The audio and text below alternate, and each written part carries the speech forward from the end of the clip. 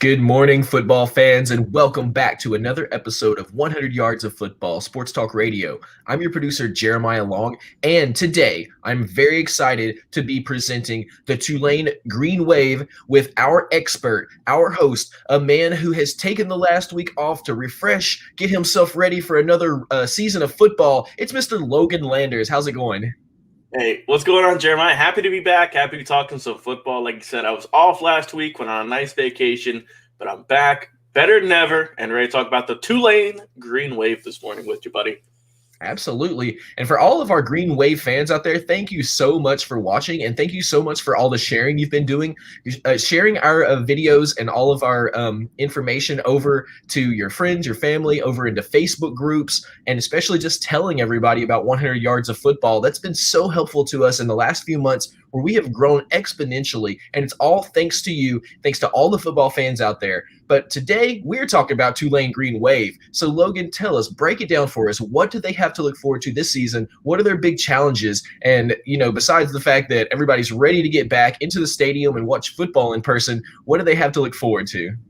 Yeah, so the Tulane Green Wave are coming off of a 500 season. They finished 6-6 on the year. Unfortunately, they did not win their bowl game last year against Nevada. They lost by a score of 38-27. So they're coming in this year. They lost a few guys to the NFL draft, Cameron Sample to name one. So they're going to have to rebuild just slightly. They have a few good pieces still in place, though. And I think this team could definitely improve on their record and get above 500 this year. But let's talk about the team in general in 2021. So they have Willie Fritz, who's been a phenomenal head coach with them. They got to their third straight bowl game last year, so that's always good. And they have 15 starters returning in this 2021 season. They have Michael Pratt, who's going to be manning the quarterback position once again.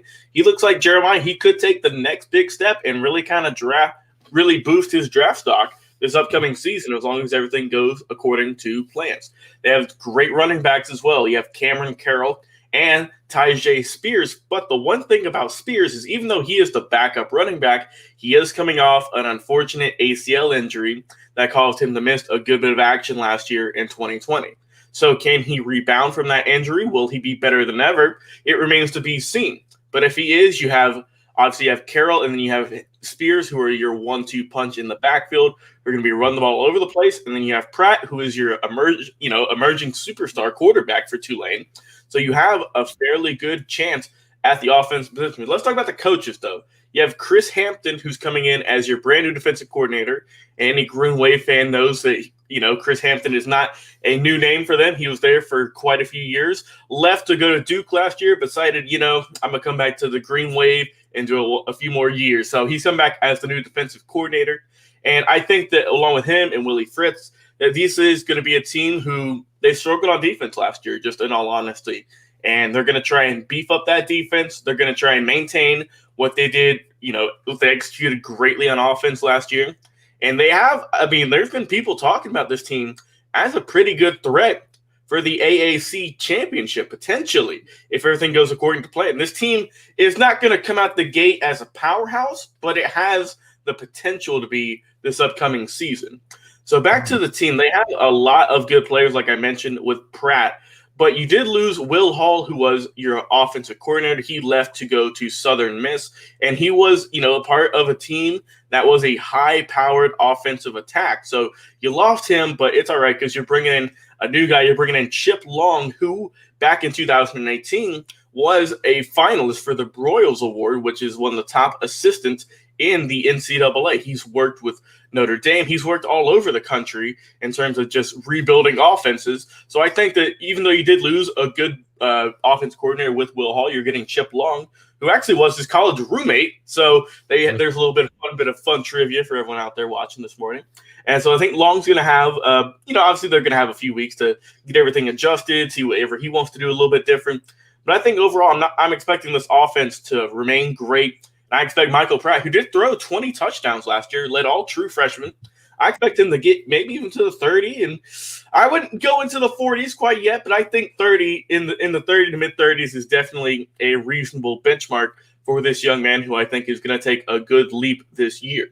Let's go over to the receiving core, because last year, yeah, the receivers, they were a little bit iffy. They were a little bit spotty, but you're getting 4 of your best ones back, including Jaquan Jackson and Deuce Watts, who both led the team with 31 passes, and they combined for 14 touchdowns. So you're getting basically your 1 and 2 punch combo with your wide receiving core and with your running back core. And with a good quarterback, offense is looking pretty solid. I was getting a good tight end with Tyreek James, who had 18 catches on 202 yards last year. So they have a good balance all around. But the big key, like I mentioned, was how is Tyjae Spears going to be after that season-ending ACL injury that he had in September? If he did, man, Cameron Carroll, he did carry a good bit of the load with 741 yards and 12 touchdowns, but you would love to give him a little bit of a break, maybe on third down, or maybe in just in different packages, throw Spears in there. And this Tulane Green Wave offense is going to be riding in for a touchdown more often than not.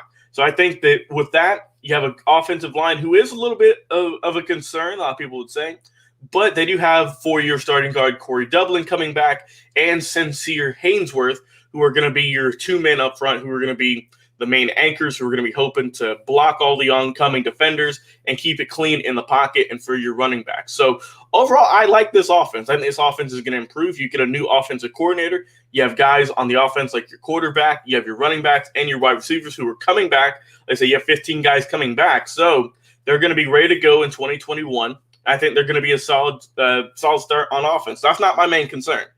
The main concern, like we've mentioned for a good bit of these teams, it's not the offense, because offense has just got more high-powered year after year after year.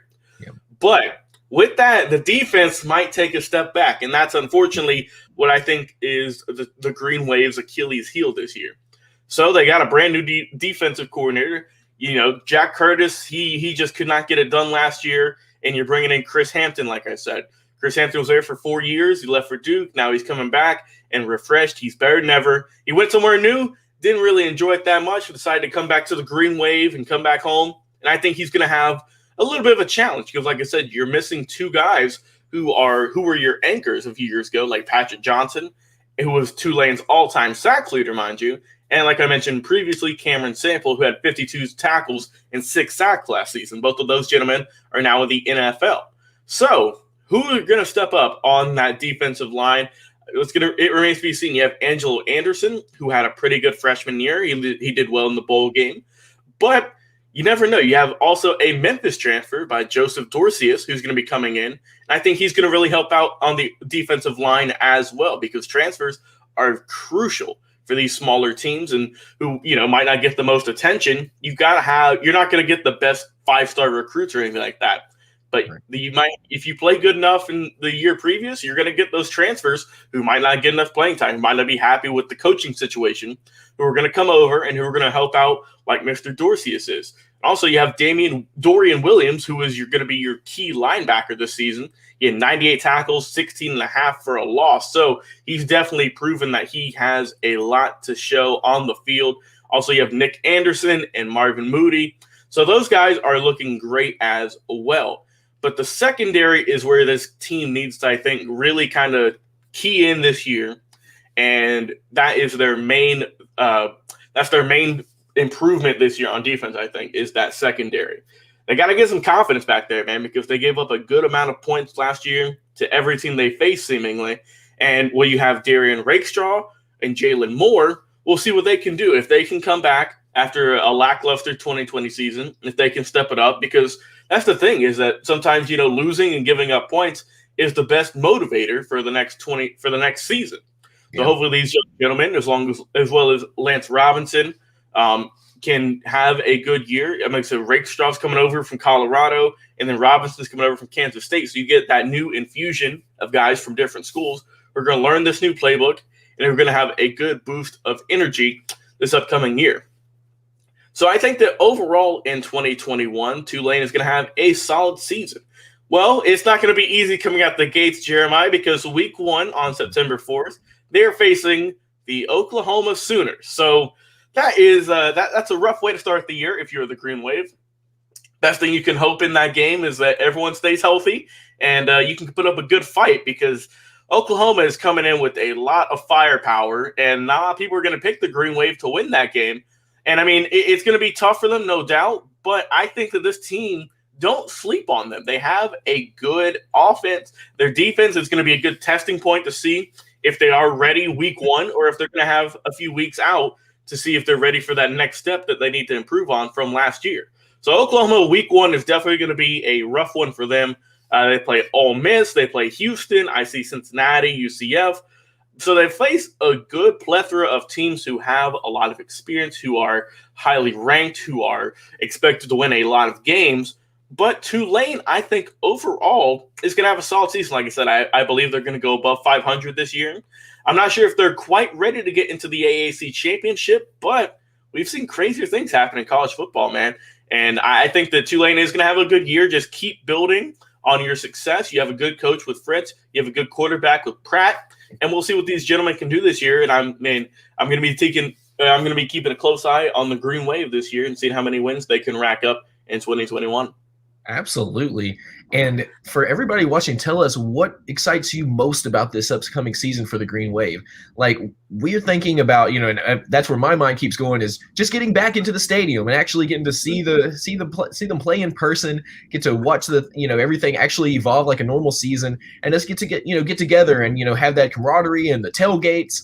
And then, of course, like Mr. Logan Landers was just telling us, they want to get above that 500. They want to get, a great winning season. They want to come through. They want to meet their challenges head on. And maybe, last year they had a chance to really experiment with some things they've never done before. And they'll come out the gate and do something unexpected and just really just plow through maybe some of their competition. So we're all hoping to see that.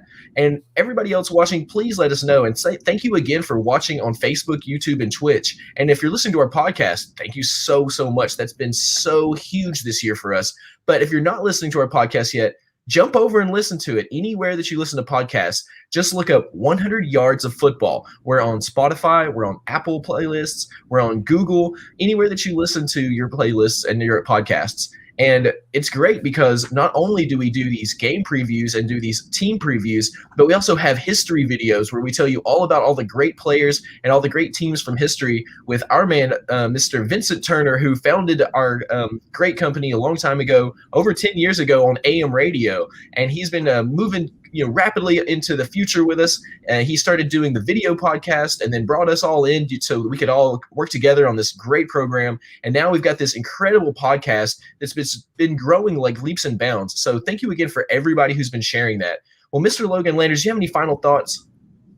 Yeah, I'm interested to see how Tulane's going to do this year, man. I mean, Coach Fritz has done a great job at that program. They've won 20 games over the last 3 seasons under him. They're building confidence year in and year out. Like I said, I think this team is going to go above that 500 record this year. I'm not expecting them to get to the championship game in their conference quite yet. I do expect them to get a good enough record to be in a bowl game, though, get their 4th in a row. And, hey, they could possibly win it this year. It just remains to be seen how Pratt is going to do at quarterback and if your secondary running back Spears is going to be healthy. So I think that the offense is going to be there. The defense still remains a question mark in my eyes. We're going to see, the loss of Johnson and Sample on the D-line.